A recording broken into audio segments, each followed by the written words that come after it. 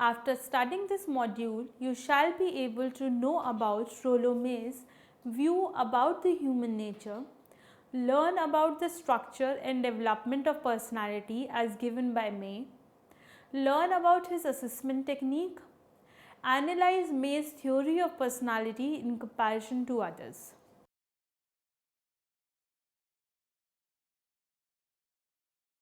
The term existentialism has been defined as a philosophical movement which emphasized on how an individual's existence is characterized by a sense of disorientation and confusion in the face of an apparent meaningless or absurd world.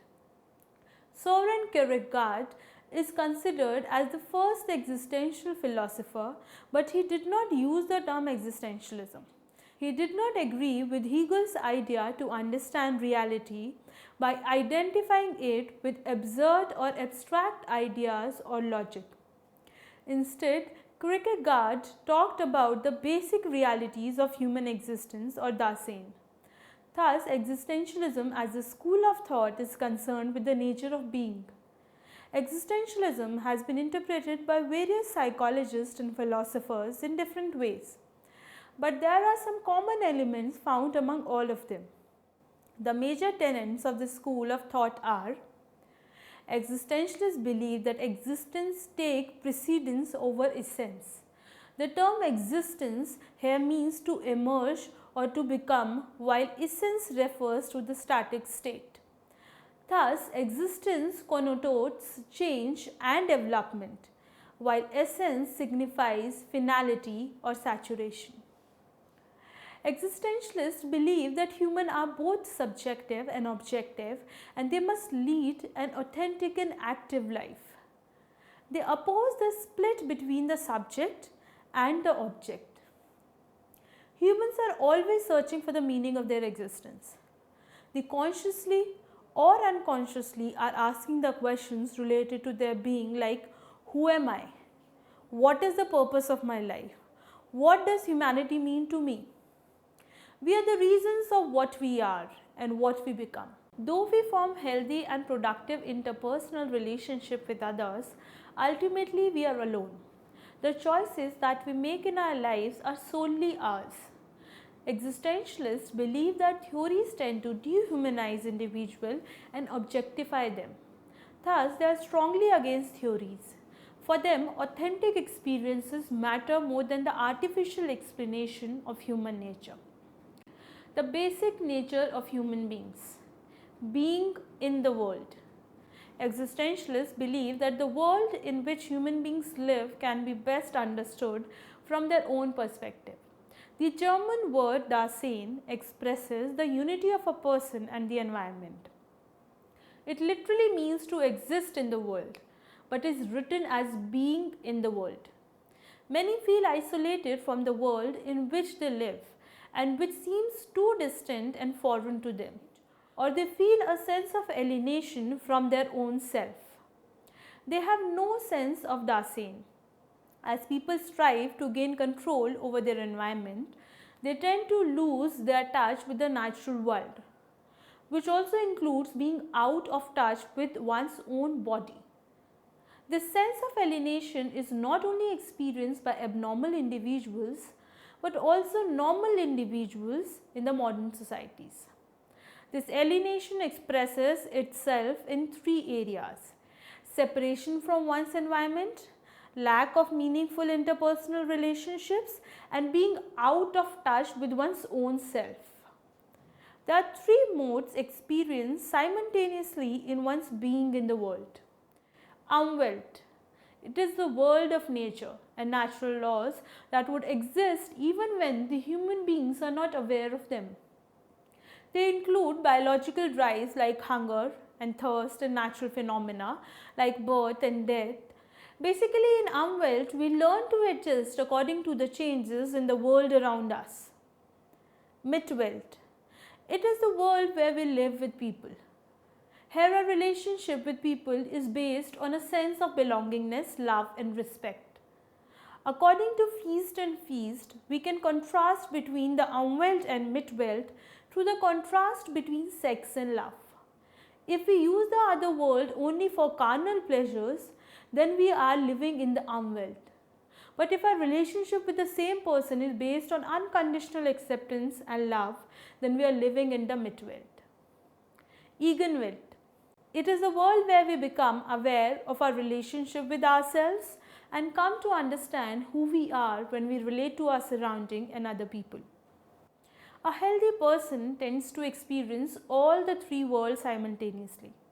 According to May, these people adapt to the natural world, relate well to other people, and have a keen understanding of the personal meaning of these experiences. Not being. Being in the world is a state of awareness where one knows that one is living and emerging. But at the same time, this awareness also means that one may cease to exist at any moment. It is called not being or nothingness. According to May, to grasp what it means to exist, one needs to grasp the fact that he might not exist, that he treads at every moment on the sharp edges of possible annihilation and can never escape the fact that death will arrive at some unknown moment in the future. Disintegration in modern society and loss of our moral compass. May compare today's modern society with the 19th century American society in which industrial revolution took place. He pointed out that we live in a society where our values are being incessantly questioned. According to him, there are two kinds of individualism. The first kind is the healthy individualism that consists of competitiveness, self-reliance and assertiveness. These qualities can help an individual ensure growth and prosperity. This type of individualism was emphasized in the 19th century America. The second kind is the unhealthy individualism, which can make people neurotic because they are left with no sense of belongingness to their community. Today we live in a world of hyper-competitiveness, where we see even people closer to us as our potential enemies. We tend to become isolated and alienated from others because we are constantly living in relationships which are filled with interpersonal hostility and resentment. This kind of unhealthy individualism has made us cynical. We have extreme self-reliance which stops us from asking for help from others. We have a sense of alienation from the societal institutions like religion, which earlier used to instill in us a sense of community. We have become so competitive that we do not see anything wrong in lying and cheating to achieve success. As May points out, we have become narcissistic in the sense that we today pursue our own personal success and materialistic possession rather than humanitarian and social goals. Thus, the first value that we have lost is the value of healthy individualism. The second value that we have lost is that of self-worth and dignity. Finally, we have lost our ability to relate to others in a mature way. Emptiness and loneliness. The primary result of this disintegration with our own values is that we feel empty and isolated from inside. These feelings actually stem from the feeling of powerlessness, that everything is out of control. We feel a deep sense of despair and loneliness because we are unable to control the events of our lives, unable to change the change around us, and unable to relate to others. Sometimes, while defending ourselves from this despair, it can produce a lot of anxiety in us. This can restrict our potential to grow as human beings. Anxiety. People experience anxiety when they become aware of their non-being or a threat to some value essential to their existence. May in 1958 defined anxiety as the subjective state of the individual becoming aware that his existence can be destroyed, that he can become nothing. At another time, May in 1967 called anxiety a threat to some important value. When we face the issues of fulfilling our potentialities, we are faced with anxiety, which not necessarily always lead to stagnation and decay. It may also bring about some growth and change. According to May, the acquisition of freedom leads to anxiety, and similarly, anxiety cannot exist without freedom. He said that there are two kinds of anxiety: normal anxiety and neurotic anxiety. Normal anxiety, all of us experience some kind of anxiety one or the other time. It is an inevitable part of our daily life. May called this as normal anxiety. Neurotic anxiety was defined by him as a reaction which is disappropriate to the threat, involves repression and other forms of intra-psychic conflict, and is managed by various kinds of blocking off of activity and awareness. Fallibility and guilt. It is impossible to deal perfectly with all modes of being in the world. We are not always able to fulfill the inner potential that we have due to the choices that we make. A denial in ego will. It is not always possible to understand and emphasize the people in a non-judgmental way. A denial in mid-wealth. Also, we see ourselves separate from the environment or even above it, a denial in arm-wilt. These fallibilities tend to produce guilt in us, which is again very normal. The best way to deal with it is to utilize it for constructive purposes. That is, to develop humility, to accept one's mistakes and at the same time forgive others for their mistakes. Intentionality and significance. We all have the tendency to be attracted by forces of our childhood and infancy, especially those of us who are neurotic. But at the same time, all of us has a power to choose a future goal and strive towards that state. This capacity to move towards a desirable future state is called intentionality. According to May, a consensus and unconscious sense of purpose pervades all aspects of our existence, perception, memories and so forth. What is important here is that the situation might be same for every person, but the experience of it depends on the viewer's intention. So the significance of the same situation might be same for the different people. Also, the anticipation of future state tends to affect our memories of our childhood. For May, the loss of intentionality in one's life is major psychopathology. A person becomes neurotic when he starts denying his responsibility and his ability and will to make decisions. This intense powerlessness can result in violence, which is an attempt to provide that the sufferer can still affect a person significantly. Love, care and will. To care for someone means to recognize that he or she is fellow human beings and to emphasize with their feelings and sadness and sorrow, joy and love. It is the opposite of apathy and an active process. According to May, we care only when someone or something matters to us. It is different from love, but it is certainly a source of love. According to Feast and Feast, to love means to care, to recognize the essential humanity of the others, to have an active regard for that person's development. May in 1953 defined love as a delight in the presence of other person and an affirming of value and development as much as one's own. So if do not care for someone, then we do not love that person. Our feelings for him are only empty sentimentality or mere sexual desire. Care is also the source of will. May called will the activity to organize oneself so that movement in a certain direction or towards a certain goal may take place. He distinguished between will and wish in following way. Will requires self-consciousness. Wish does not. Will implies some possibility of either or choice. Wish does not. Wish gives the warmth, the content, the imagination, the child's play, the freshness and the richness to will. Will gives the self-direction, maturity to wish. Will protects wish, permits it to continue without running risks which are too great. Union of love and will. Love and will have come to be separated in modern society.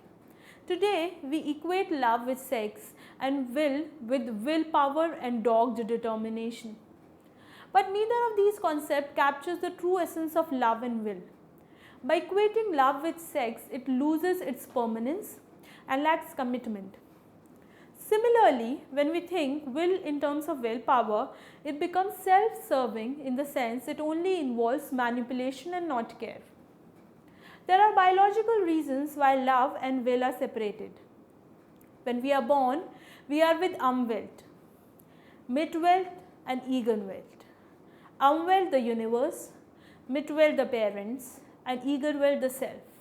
But when the child grows, he starts asserting his self. Which is the first to know? Often the parents see this self-assertion negatively and stifle it. Thus the child comes to see love and will as separated, but may believe that it is our responsibility to unite love and will. Both love and will require actions and responsibilities. They necessitate choice and involve care for other person. Forms of love. Rollo may identified 4 kinds of love in Western tradition. First, sex. Sex is a biological function that can be satisfied through sexual intercourse or some other release of sexual tension. May pointed out that society has went from a period where sex was considered as taboo and produced guilt and anxiety to a time when it has come out in open and much of the society is preoccupied with it. According to May, it still remains the power of procreation, the drive which perpetuates the race, the source at once of human beings' most intense pleasure and his most pervasive anxiety. Eros. It is psychologically desire to seek an enduring relationship with a loved one in order to procreate. People often confuse eros with sex. While sex is a physiological state in which one manipulates the organs for pleasure, eros is about making love to other person. It is based on care and tenderness. It establishes a lasting relationship between two people who feel passionate about each other and are burdened by their love for each other.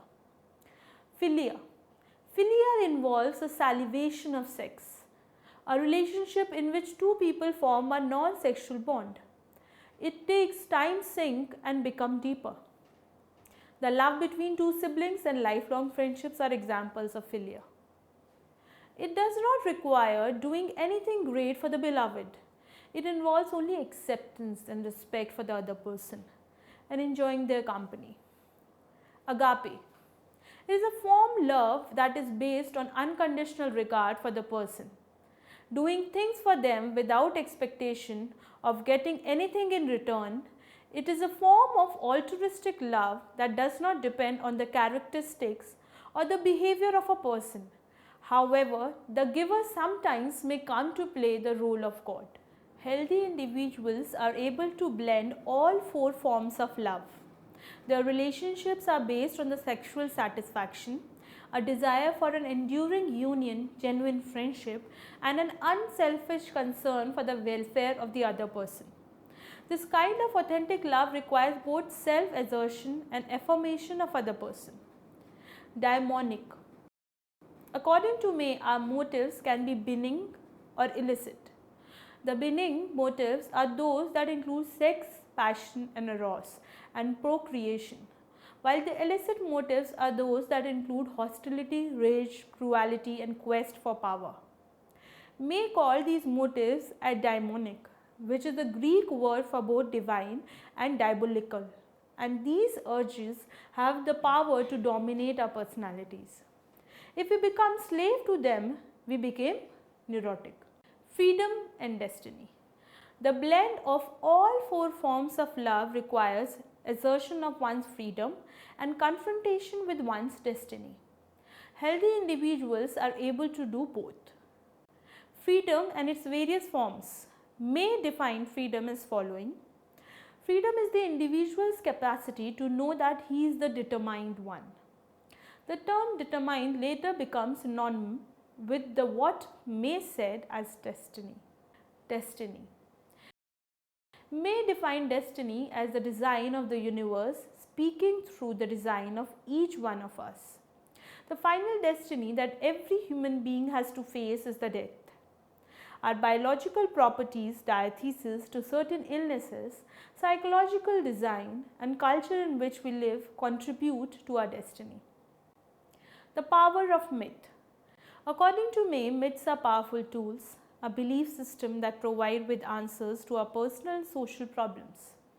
He pointed out when a society lacks myths, people turn to drug addiction, popular culture and religious cults in a futile effort to find solution to their problems. Myths unify our society. They are essential to the process of keeping our souls alive and bringing us new meaning in a difficult and often meaningless world. The development of personality. Rollo May suggested that we go through 4 stages or phases of development in this battle for freedom. Innocence. In this stage, we have no consciousness of self as infants. We do what our parents tell us to do, as we are both physically and psychologically dependent on them. Rebellion. In this stage, we try to seek our inner strength. This struggles appears typically at age 2 or 3 and then again during adolescence. It is an active defense of parental and societal rules. It is different from freedom. Ordinary consciousness of self. At this point, we start learning from our past mistakes and troubles and learn to recognize some of our errors. This stage is often associated with well-being, healthy and maturity. Creative consciousness of self. By transcending to the usual limits of consciousness, we are able to see the truth without any distortions. These are joyous moments and occur occasionally. We attain maturity and move closer to self-realization. Evaluative comments, criticism and controversies. There are several critics of May theory. Firstly, he fails to define his constructs in a clear manner at times. For example, intentionality is used in 4 different ways. The opposite of apathy is sometimes defined as love and sometimes as care. Secondly, May has been criticized for bringing in intentionality as an original concept in psychology in 1969. In reality, the concept had already been introduced by people like Adler, Jung and Allport in their theories. Thus, his theory has been criticized for lacking in originality. Thirdly, he has been criticized for making very sweeping statements without any data to support his claims. His theory lacks in scientific rigor.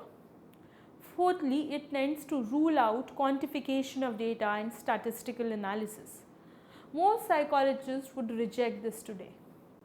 Contribution. The conceptualization of terms like being in the world has provided some psychologists to look human personality in a whole new perspective. In fact, today we even find the use of the construct like existential neurosis, which means the chronic feeling of alienation and sense of meaninglessness in the life in psychological assessment test. Also, May is one of the first psychologists to point out a repressed fear of death and how difficult it has become for us to experience the Dasein in its true essence in this uncertain and difficult world. Summary.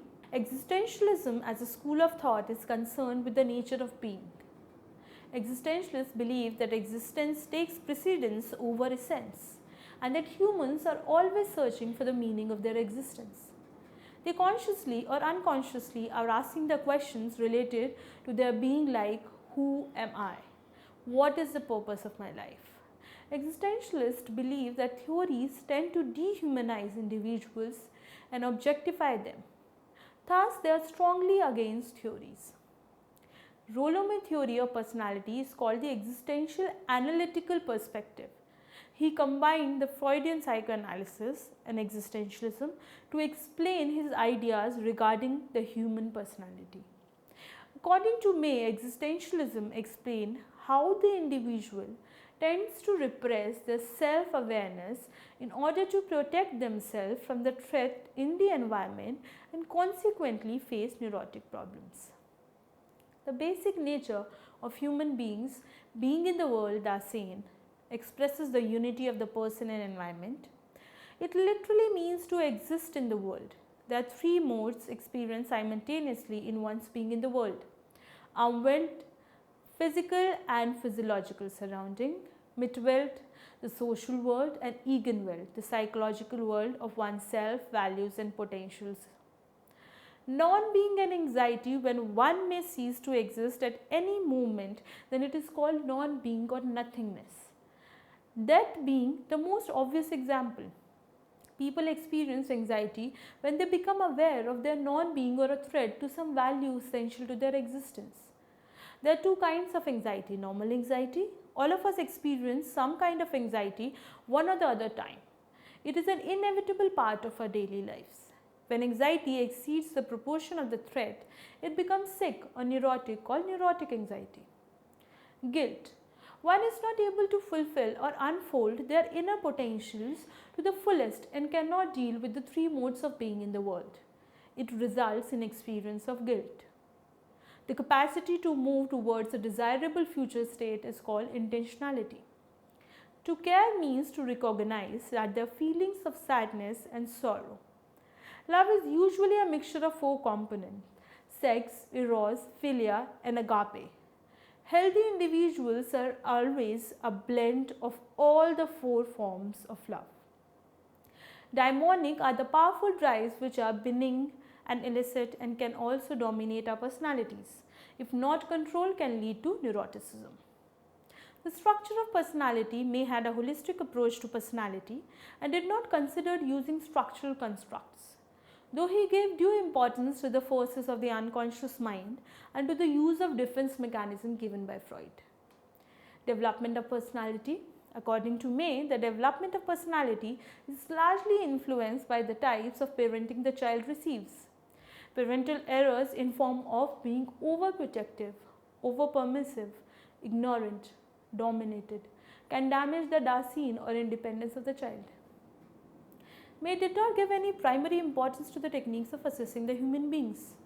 Rather, he propagated the idea that each individual is unique with their own set of experiences, as a result of which the techniques would vary from one patient to another in the therapeutic process. His approach was very eclectic. There are lots of criticism of May's theory. Firstly, he fails to define his constructs in a clear manner at times. For example, intentionality is used in 4 different ways. Secondly, May has been criticized for bringing in intentionality as an original concept in psychology in 1969.